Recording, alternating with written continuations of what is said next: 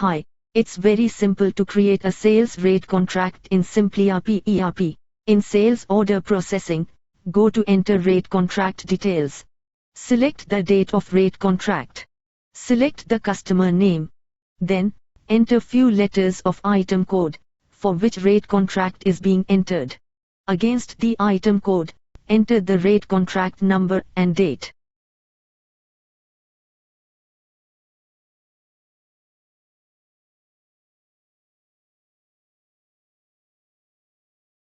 Enter the selling price. This rate contract price will appear while creating sales order for this item. Select the ship to detail, without which rate will not appear in sales order. Then enter the special notes. Please note, when we make tax invoice against this rate contract, this special notes will appear there.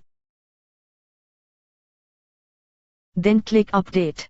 That's it. We can view this rate contract in the list of rate contract.